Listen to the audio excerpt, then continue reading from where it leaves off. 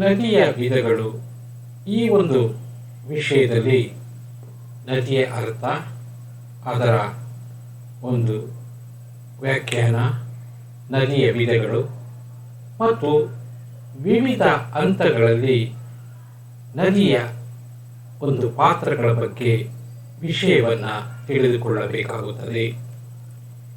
ಇದರಿಂದ ವಿದ್ಯಾರ್ಥಿಗಳಿಗೆ ನದಿಯ ಒಂದು ಅರ್ಥ, ನದಿಯ ವಿಧಗಳ ಬಗ್ಗೆ ಕಲಿಕಾ ಈ ಒಂದು ಉದ್ದೇಶದೊಂದಿಗೆ ನದಿಗಳ ಈ ಒಂದು ವಿಧಗಳ ಬಗ್ಗೆ ಸಾಕಷ್ಟು ಸಮಗ್ರವಾದಂತಹ ಮಾಹಿತಿ ದೊರೆಯುತ್ತದೆ. ನಗರೀಕರಣದ ಕರ್ತೃಗಳಲ್ಲಿ ನದಿಯ ಕಾರ್ಯಚಟುವಟಿಕೆ ಒಂದು. ನದಿಯ ವಿಧಗಳಲ್ಲಿ ನದಿಯ ಅರ್ಥವನ್ನು ನೋಡೋದಾದರೆ, ನದಿಯ ಮುಖ್ಯವಾಗಿ ಮಳೆಯ ನೀರು, ಸರೋವರ, ಹಿಮನದಿ ಮತ್ತು ನೀರಿನ ಬುಗ್ಗಗಳಿಂದ ಉತ್ಪತ್ತಿಯಾಗುತ್ತದೆ.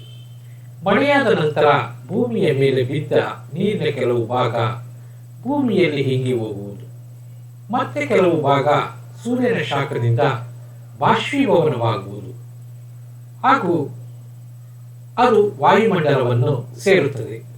ಆದರೆ ಉಳಿದ ಪ್ರಮಾಣದ ನೀರು ಭೂಮಿಯ ಇಳಿಜಾರನ್ನು ಅನುಸರಿಸಿ ಪ್ರವಾಹವಾಗಿ ಹರಿಯುತ್ತದೆ.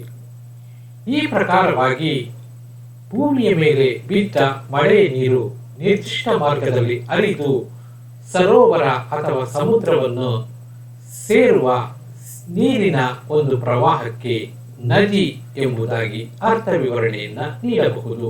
ನದಿ ತನ್ನ ಉಗಮ ಸ್ಥಳದಿಂದ ಸಮುದ್ರದವರೆಗೆ ಒಂದು ನಿರ್ದಿಷ್ಟ ಮಾರ್ಗದಲ್ಲಿ ಹರಿಯುವಾಗ ಅದಕ್ಕೆ ಅನೇಕ ಉಪನದಿಗಳು ಬಂದು ಸೇರುತ್ತವೆ. ಹೀಗೆ ಒಂದು ನದಿ ಮತ್ತು ಅದರ ಉಪನದಿಗಳ ಸಮೂಹಕ್ಕೆ ನದಿ ವ್ಯೂಹ ಅಥವಾ ಪ್ರವಾಹ ವ್ಯೂಹ ಎನ್ನುವರು. ಉಪನದಿಯು ಮುಖ್ಯ ನದಿಯನ್ನು ಸೇರುವ ಸ್ಥಳಕ್ಕೆ ಸಂಗಮ ಅಥವಾ ಕಾನ್ಫ್ಲುಯೆನ್ಸ್ ಎಂಬುದಾಗಿ ಕರೆಯುತ್ತಾರೆ. ಯಾವುದೊಂದು ನದಿಗೆ ಸುತ್ತಲಿನ ಪ್ರದೇಶದಲ್ಲಿ ಬಿದ್ದ ಮಳೆಯ ನೀರು ಹರಿದು ಪ್ರವಾಹ, ತೊರೆ, ಉಪನದಿ ಮೊದಲಾದವುಗಳ ರೂಪದಿಂದ ಬಂದು ಸೇರುತ್ತವೆ. ಹೀಗೆ ಮುಖ್ಯ ನದಿಗೆ ಬಂದು ಸೇರಿದ ಎಲ್ಲ ಉಪನದಿಗಳ ಪ್ರದೇಶಕ್ಕೆ ಜಲನಯನ ಪ್ರದೇಶ, ಕ್ಯಾಚ್ಮೆಂಟ್ ಏರಿಯಾ ಎನ್ನುವರು. ಮಳೆಯ ನೀರನ್ನು ಬೇರೆ ಬೇರೆ ನದಿಗಳಿಗೆ ಹರಿಯುವಂತೆ ಪ್ರತ್ಯೇಕ ಮಾಡುವ ಎತ್ತರವಾದಂತಹ ಭೂಪ್ರದೇಶಕ್ಕೆ ಜಲ ವಿಭಾಜಕ ಅಥವಾ ವಾಟರ್ ಡಿವೈಡ್ ಎಂಬುದಾಗಿಯೂ ಕರೆಯಲಾಗುತ್ತದೆ. ಯಾವುದೇ ಒಂದು ನದಿಯು ಎತ್ತರ ಪ್ರದೇಶದಿಂದ ಹರಿದು ಮತ್ತೊಂದು ನದಿ, ಸರೋವರ ಅಥವಾ ಸಮುದ್ರವನ್ನು ಸೇರುತ್ತವೆ. ಹೀಗೆ ನದಿಯು ಕೊನೆಗೊಳ್ಳುವ ಭಾಗಕ್ಕೆ ನದಿಯ ಮುಖ ಎನ್ನುವರು. ನದಿಯು ತನ್ನ ಉಗಮ ಸ್ಥಳದಿಂದ ತನ್ನ ಮುಖದವರೆಗೆ ಹರಿಯುವ ಮಾರ್ಗಕ್ಕೆ ನದಿಯ ಪಾತ್ರ ಎನ್ನುವರು. ನದಿಯ ಪಾತ್ರವು ಪರ್ವತ ಭಾಗಗಳಲ್ಲಿ ಅದನ್ನು ಮೇಲ್ಕಣಿವೆ ಪಾತ್ರ ಎಂತಲೂ, ಮಧ್ಯಭಾಗದಲ್ಲಿ ಮಧ್ಯಕಣಿವೆ ಪಾತ್ರ ಎಂತಲೂ, ಅಥವಾ ಅದನ್ನು ಕೆಳಕಣಿವೆ ಅಥವಾ ಮೈದಾನ ಪಾತ್ರವೆಂದು 3 ಬಗೆಯಾಗಿ ವರ್ಗೀಕರಿಸಲಾಗುತ್ತದೆ. ಇದನ್ನು ನದಿಯ ಸ್ವಭಾವ ಮತ್ತು ಕಾರ್ಯಗಳ ಆಧಾರದ ಮೇಲೆ ಬಾಲ್ಯ, ಯೌವನ, ವೃದ್ಧಾಪಗಳೆಂದು 3 ಹಂತಗಳಾಗಿ ವರ್ಗೀಕರಿಸಲಾಗಿದೆ. ಪೂರ್ಣವಾಗಿ ಅಭಿವೃದ್ಧಿ ಹೊಂದಿದ ಮುಖ್ಯ ನದಿ ಉಪನದಿಗಳು ಅವುಗಳ ಝರಿ ತೊರೆಗಳ ಸಮೂಹವನ್ನು ಒಟ್ಟಾರೆ ನದಿ ವ್ಯವಸ್ಥೆ ಅಥವಾ ನೀರ್ಗಾಲು ವ್ಯವಸ್ಥೆ ಎಂದು ಕರೆಯುವರು. ಇದನ್ನು ಜಲ ವ್ಯವಸ್ಥೆ, ಡ್ರೈನೇಜ್ ಸಿಸ್ಟಮ್ ಎಂತಲೂ ಸಹ ಕರೆಯುವರು. ಅಂದರೆ ನದಿಯ ಉಗಮ ಹಾಗೂ ಕಾಲಾಂತರದಲ್ಲಿ ಅದರ ಹಾಗೂ ಉಪನದಿಗಳ ಜಲದ ಬೆಳವಣಿಗೆಯೇ ನದಿ ವ್ಯವಸ್ಥೆಯಾಗಿರುತ್ತದೆ. ಇದಕ್ಕೆ ಬದಲಾಗಿ ಭೂಪ್ರದೇಶದಲ್ಲಿ ಅವುಗಳ ಹಂಚಿಕೆಯ ರೀತಿಯನ್ನು ನದಿ ಹಂಚಿಕೆ ವ್ಯವಸ್ಥೆ ಎಂದು ಕರೆಯುವರು. ಒಂದು ಪ್ರದೇಶದ ಭೂರಚನೆಯು ಒಂದೇ ರೀತಿಯ ಶಿಲೆಗಳಿಂದ ಕೂಡಿದರೆ ಆ ಪ್ರದೇಶದ ನೀರ್ಗಾಲುವೆ ವ್ಯವಸ್ಥೆ ಸಹ ಬಹು ಸರಳವಾಗಿರುವುದು. ಆದರೆ ಇದಕ್ಕೆ ಬದಲಾಗಿ ಕಠಿಣ ಮತ್ತು ಮೃದು ಶಿಲಾಪದರಗಳು ಒಂದಾದ ಮೇಲೊಂದರಂತೆ ಸಮಾನಾಂತರ ಅಥವಾ ಊರ್ಧ್ವಮುಖವಾಗಿದ್ದಲ್ಲಿ ಹಾಗೂ ಆ ಪ್ರದೇಶದಲ್ಲಿ ಪರ್ವತಗಳು ನಿರ್ಮಿತವಾಗಿದ್ದಲ್ಲಿ ನದಿ ವ್ಯವಸ್ಥೆಯು ಸಂಕೀರ್ಣವಾಗಿರುವುದಲ್ಲದೆ ಜಲಪಾತ, ಶಿಲಾಸೋಪಾನ ಮುಂತಾದ ಭೂಸ್ವರೂಪಗಳು ಕಂಡುಬರುತ್ತದೆ. ಪ್ರಧಾನ ನದಿ ವ್ಯವಸ್ಥೆಯನ್ನು 2 ರೀತಿಯಾಗಿ ವರ್ಗೀಕರಣವನ್ನು ಮಾಡಲಾಗುವುದು. ಒಂದು ಸ್ವಾಭಾವಿಕ ನದಿ ವ್ಯವಸ್ಥೆ ಅಥವಾ ಅನುವರ್ತಿ ನದಿ ವ್ಯವಸ್ಥೆ. ಎರಡನೆಯದು ಅಸ್ವಾಭಾವಿಕ ನದಿ ವ್ಯವಸ್ಥೆ ಎಂಬುದಾಗಿ. ಸ್ವಾಭಾವಿಕ ನದಿ ವ್ಯವಸ್ಥೆ ಎಂದರೆ ನದಿ ವ್ಯವಸ್ಥೆಯು ಭೂಸ್ವರೂಪಗಳ ಇಳಿಜಾರು ಹಾಗೂ ಶಿಲಾರಚನೆಗೆ ಅನುಗುಣವಾಗಿ ರೂಪುಗೊಂಡಿದ್ದರೆ ಅದನ್ನು ಸ್ವಾಭಾವಿಕ ನದಿ ವ್ಯವಸ್ಥೆ ಎಂದು ಕರೆಯುವರು. ಇದು ಒಂದು ಪ್ರದೇಶದಲ್ಲಿ ಉಗಮಿಸುವ ಮೊದಲ ನದಿ ವ್ಯವಸ್ಥೆಯಾಗಿದ್ದು ಭೂಪ್ರದೇಶಗಳ ಇಳಿಜಾರಿಗೆ ಸಮಾನಾಂತರವಾಗಿ ಹರಿಯುತ್ತದೆ. ಇದರಿಂದ ಇವುಗಳನ್ನು ಇಳಿವೋರೆ ಝರಿ ಎಂತಲೂ ಸಹ ಕರೆಯುವರು. ಸ್ವಾಭಾವಿಕ ನದಿ ವ್ಯವಸ್ಥೆಗಳನ್ನು ಎರಡು ರೀತಿಯಾಗಿ ವರ್ಗೀಕರಣವನ್ನು ಮಾಡಲಾಗುವುದು. ಒಂದು ನೇರ ಸ್ವಾಭಾವಿಕ ನದಿ ವ್ಯವಸ್ಥೆ ಹಾಗೂ ಎರಡನೆಯದಾಗಿ ಇಕ್ಕೆಲ ಸ್ವಾಭಾವಿಕ ನದಿ ವ್ಯವಸ್ಥೆ ಎಂಬುದಾಗಿ. ಚಿತ್ರದಲ್ಲಿ ಸಮುದ್ರ ತೀರದಲ್ಲಿ ಈ ಒಂದು ಕಾನ್ಸಿಕ್ವೆಂಟ್ ಮತ್ತು ಸಬ್ಸಿಕ್ವೆಂಟ್ ಇವು ಬೆಳವಣಿಗೆ ಆಗುತ್ತಿರುವುದನ್ನು ಗಮನಿಸಬಹುದು. ನದಿಯ ವಿಧಗಳಲ್ಲಿ ಕ್ರಮಾನುಗತ ಅಥವಾ ಸಬ್ಸಿಕ್ವೆಂಟ್ ನದಿ, ಸ್ವಾಭಾವಿಕ ನದಿಗಳನ್ನು ಲಂಬವಾಗಿ ಸೇರುವ ನದಿಗಳನ್ನು ಕ್ರಮಾನುಗತ ಅಥವಾ ಸಬ್ಸಿಕ್ವೆಂಟ್ ನದಿ ಎಂದು ಕರೆಯುವರು. ಮುಖ್ಯ ನದಿಗಳು ಕೆಲವು ಕಡೆ ಪರ್ವತ ಸರಣಿಗಳನ್ನು ತೊರೆದು ಅವು ಮುಂದುವರೆದಿದ್ದರೆ ಉಪನದಿಗಳು ಕಣಿವೆಗಳನ್ನು ಅನುಸರಿಸಿ ಮುಖ್ಯ ನದಿಯನ್ನು ಲಂಬವಾಗಿ ಸಂಧಿಸುತ್ತವೆ. ಕೆಲವು ಕಡೆ ಇವುಗಳು ಮೃದು ಶಿಲಾಪದರಗಳನ್ನು ಸವೆಸಿ ಅಥವಾ ಶಿಲಾಸ್ತರ ಬಿರುಕುಗಳನ್ನು ಅನುಸರಿಸಿ ಹರಿಯುತ್ತವೆ. ಇವುಗಳನ್ನು ಕ್ರಮಾನುಗತ ತೊರೆ ಎಂತಲೂ ಸಹ ಕರೆಯಲಾಗುತ್ತದೆ. ಪ್ರತ್ಯಾನುವರ್ತಿ ಅಥವಾ ಆಬ್ಸಿಕ್ವೆಂಟ್ ನದಿ, ಕ್ರಮಾನುಗತ ನದಿಗಳು ಮಡಿಕೆ ಪರ್ವತ ವಲಯದಲ್ಲಿ ಸಾಮಾನ್ಯ. ಈ ಕ್ರಮಾನುಗತ ನದಿಗಳಿಗೆ ಬಂದು ಸೇರುವ ಉಪನದಿಗಳು ಮುಖ್ಯ ನದಿಗೆ ವಿರುದ್ಧ ದಿಕ್ಕಿನಲ್ಲಿ ಹರಿಯುತ್ತಿರುತ್ತದೆ. ಆದರೆ ಕೆಲವು ವೇಳೆ ಇವು ಶಿಲಾಸ್ತರದ ಇಳಿಯುವವರೆಗೆ ವಿರುದ್ಧ ದಿಕ್ಕಿನಲ್ಲಿ ಹರಿಯುತ್ತವೆ. ಇವುಗಳನ್ನು ಅಬ್ಸಿಕ್ವೆಂಟ್ ನದಿ ಎಂದು ಕರೆಯಲಾಗುತ್ತದೆ. ಇವುಗಳು ಸ್ವಾಭಾವಿಕ ನದಿಗಳಿಗೆ ಸಮಾನಾಂತರವಾಗಿದ್ದು ಕ್ರಮಾನುಗತ ನದಿಗಳನ್ನು ಲಂಬವಾಗಿ ಸೇರುತ್ತದೆ. ಪುನರಾವರ್ತಿತ ತೊರೆಗಳು, ರೀಸಿಕ್ವೆಂಟ್ ಸ್ಟ್ರೀಮ್ಸ್, ಪ್ರಧಾನ ಪರಿಣಾಮಗಳ ದಿಕ್ಕಿನಲ್ಲಿ ಹರಿಯುವ ಉಪನದಿಗಳನ್ನು ರೀಸಿಕ್ವೆಂಟ್ ಎಂಬುದಾಗಿ ಕರೆಯಲಾಗುತ್ತದೆ.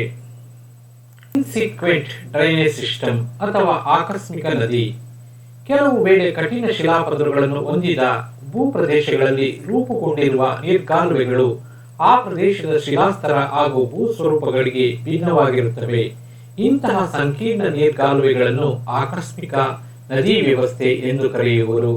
ವಲಯಾಕಾರ ನೀರ್ಗಾಲುವೆ ವ್ಯವಸ್ಥೆಯು ಇದಕ್ಕೆ ಅತ್ಯುತ್ತಮವಾದ ಉದಾಹರಣೆಯಾಗಿದೆ.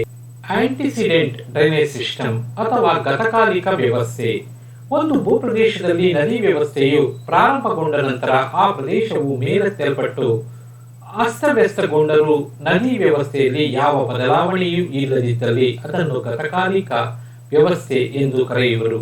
ಅಂದರೆ ಪ್ರಸ್ತುತ ಈ ಪ್ರದೇಶದ ಭೂಸ್ವರೂಪ ಹಾಗೂ ನದಿ ವ್ಯವಸ್ಥೆಯ ನಡುವೆ ಸಂಬಂಧ ಕಂಡುಬರುವುದಿಲ್ಲ. ಭೂಪ್ರದೇಶಗಳು ಓರೆಯಾದಾಗ ಅಥವಾ ಒತ್ತಡದಿಂದ ಮಡಿಕೆ ಪರ್ವತಗಳು ನಿರ್ಮಿತಗೊಂಡಾಗ ಆ ಪ್ರದೇಶದ ನೀರ್ಗಾಲುವೆಗಳು ಬದಲಾವಣೆ ಹೊಂದುತ್ತವೆ. ನದಿಗಳ ವೇಗ ಮತ್ತು ಕೊರೆತವು ಹೆಚ್ಚಾಗಿದ್ದಲ್ಲಿ ಭೂಭಾಗಗಳು ಮೇಲೆತ್ತಿದಂತೆಲ್ಲ ತಮ್ಮ ಪಾತ್ರವನ್ನು ಆಳವಾಗಿ ಕೊರೆದು ಸರಿದೂಗಿಸುತ್ತವೆ. ಉದಾಹರಣೆ, ಬ್ರಹ್ಮಪುತ್ರ ನದಿಯು ಹಿಮಾಲಯ ಪರ್ವತಗಳನ್ನು ಕೊರೆದು ಅಸ್ಸಾಂ ಪ್ರಾಂತ್ಯವನ್ನು ಪ್ರವೇಶಿಸುವುದು. ಪೂರ್ವಗಾಮಿ ವ್ಯವಸ್ಥೆ ಅಥವಾ ಸೂಪರ್ ಇಂಪೋಸ್ಡ್ ಸಿಸ್ಟಮ್, ಪ್ರಸ್ತುತ ನದಿ ಹರಿಯುವ ಪಾತ್ರ ಹಾಗೂ ಅದರ ಶಿಲಾಸ್ತರಗಳ ನಡುವೆ ಸಂಬಂಧವಿರದ ನದಿ ವ್ಯವಸ್ಥೆಗೆ ಪೂರ್ವಗಾಮಿ ನದಿ ವ್ಯವಸ್ಥೆಯು ಉದಾಹರಣೆಯಾಗಿದೆ. ನದಿಯು ಉಗಮಗೊಂಡ ಅವಧಿಯಲ್ಲಿ ಅದರ ಕಣಿವೆಯು ನಿರ್ಮಿತಗೊಂಡಾಗ ಇದ್ದ ಮೇಲ್ಪದರವು ಸಂಪೂರ್ಣವಾಗಿ ಸವೆತಕ್ಕೀಡಾಗಿದೆ. ಇದರ ಕೆಳಗೆ ನದಿಯ ಕಣಿವೆಯು ನಿರ್ಮಿತವಾಗಿತ್ತು. ಇಂದು ಕಣಿವೆಯು ಕಠಿಣ ಹಾಗೂ ಮೃದು ಶಿಲಾಪದರಗಳೆರಡರಲ್ಲಿಯೂ ಮುಂದುವರಿದಿರುವುದು. ಇದರಿಂದಾಗಿ ನದಿ ಕಣಿವೆಯು ಇಂದಿನ ಶಿಲಾಸ್ತರ ಹಾಗೂ ಪ್ರದೇಶಗಳಲ್ಲಿ ವ್ಯವಸ್ಥೆಗೊಂಡಿರುವ ನೀರ್ಗಾಲುವೆ ಜಾಲಕ್ಕೂ ಯಾವುದೇ ರೀತಿಯಲ್ಲಿ ಸಂಬಂಧವಿರುವುದಿಲ್ಲ. ಇದನ್ನೇ ಪೂರ್ವಗಾಮಿ ವ್ಯವಸ್ಥೆ ಅಥವಾ ಡಿಸ್ಕಾರ್ಡೆಂಟ್ ನದಿ ವ್ಯವಸ್ಥೆ ಹಾಗೂ ಎಪಿಜೆನಿಕ್ ನದಿ ವ್ಯವಸ್ಥೆ ಎಂತಲೂ ಸಹ ಕರೆಯಲಾಗುವುದು. ನದಿ ವ್ಯವಸ್ಥೆಯನ್ನು 10 ಪ್ರಕಾರಗಳಾಗಿ ವರ್ಗೀಕರಿಸಲಾಗಿದೆ. 1. ಟೆರೇಸ್ಡ್ ಡ್ರೈನೇಜ್ ಪ್ಯಾಟರ್ನ್ ಅಥವಾ ಜಾಲಾಕಾರ ನದಿ ವ್ಯವಸ್ಥೆ. 2 ಡೆಂಡ್ರಿಟಿಕ್ ಡ್ರೈನೇಜ್ ಪ್ಯಾಟರ್ನ್ ಅಥವಾ ವೃಕ್ಷಾಕಾರ ನದಿ ವ್ಯವಸ್ಥೆ. 3 ರೆಕ್ಟ್ಯಾಂಗ್ಯುಲರ್ ಡ್ರೈನೇಜ್ ಪ್ಯಾಟರ್ನ್ ಅಥವಾ ಆಯತಾಕಾರ ನದಿ ವ್ಯವಸ್ಥೆ. ರೇಡಿಯಲ್ ಅಥವಾ ವೃತ್ತಾಕಾರ ನದಿ ವ್ಯವಸ್ಥೆ. 5 ಸೆಂಟ್ರಿಪೆಟಲ್ ಅಥವಾ ಕೇಂದ್ರಾಭಿಮುಖ ನದಿ ವ್ಯವಸ್ಥೆ. 6 ವಲಯಾಕಾರ ಅಥವಾ ಆನ್ಯುಲರ್ ನದಿ ವ್ಯವಸ್ಥೆ. 7 ಮುಳ್ಳು ಅಥವಾ ಬಾರ್ಬೆಟ್ ಡ್ರೈನೇಜ್ ಸಿಸ್ಟಮ್ ಹಾಗೂ ಪಿನ್ನೆಟ್ ಅಥವಾ ಸೂಕ್ಷ್ಮ ನದಿ ವ್ಯವಸ್ಥೆ ಹಾಗೂ ಎರಿಂಗ್ ಬೋನ್ ಡ್ರೈನೇಜ್ ಪ್ಯಾಟರ್ನ್ ಮತ್ತು ಸಮಾನಾಂತರ ಅಥವಾ ಪ್ಯಾರಲ್ ಡ್ರೈನೇಜ್ ಸಿಸ್ಟಮ್ ಎಂಬುದಾಗಿ 10 ವಿಭಾಗಗಳಾಗಿ ವರ್ಗೀಕರಿಸಲಾಗಿದೆ. ನಗರೀಕರಣದ ಕರ್ತೃವಾಗಿ ನದಿಯು ಎಲ್ಲ 3 ರೀತಿಯ ಕಾರ್ಯಚಟುವಟಿಕೆಗಳನ್ನು ನಿರ್ವಹಿಸುತ್ತದೆ. ಅವುಗಳೆಂದರೆ ಸವೆತ ಅಥವಾ ಎರೋಷನ್, 2 ಟ್ರಾನ್ಸ್ಪೋರ್ಟೇಷನ್ ಅಥವಾ ಸಾಗಾಣಿಕೆ, 3 ಡಿಪಾಯ್ಷನ್ ಅಥವಾ ಸಂಚಯನ ಪ್ರಕ್ರಿಯೆ. ನದಿಯ ಸವೆತ, ಸಾಗಾಣಿಕೆ ಹಾಗೂ ಸಂಚಯನ ಕಾರ್ಯಚಟುವಟಿಕೆಗಳ ಅದರ ಪಾತ್ರದುದ್ದಕ್ಕೂ ಪರಸ್ಪರ ಪೂರಕವಾಗಿ ನಿರ್ವಹಿಸಲ್ಪಟ್ಟು ನದಿಯ ಪಾತ್ರವು ಬೆಳವಣಿಗೆಯನ್ನು ಹೊಂದುತ್ತದೆ. ಈ ಕಾರ್ಯಚಟುವಟಿಕೆಗಳ ಆಧಾರದ ಮೇಲೆ ವಿವಿಧ ಕಡೆಗಳಲ್ಲಿ ವಿವಿಧ ರೀತಿಯಾಗಿರುವುದು. ಇದರ ಆಧಾರದ ಮೇಲೆ ನದಿಯ ಪಾತ್ರವನ್ನು 3 ಹಂತಗಳಾಗಿ ವರ್ಗೀಕರಿಸಲಾಗುವುದು. 1 ಬಾಲ್ಯಾವಸ್ಥೆ ಅಥವಾ ಮೇಲ್ಕಣಿವೆ ಪಾತ್ರ, 2 ಯೌವನಾವಸ್ಥೆ ಅಥವಾ ಮಧ್ಯಕಣಿವೆ ಪಾತ್ರ ಹಾಗೂ 3ನೇಯು ವೃದ್ಧಾಪ್ಯ ಅವಸ್ಥೆ ಅಥವಾ ಕೆಳಕಣಿವೆಯ ಪಾತ್ರ. ನದಿಯ ಪಾತ್ರದ ಹಂತಗಳು ಮತ್ತು ಅವುಗಳ ಭೂಸ್ವರೂಪಗಳು. ಮೊದಲ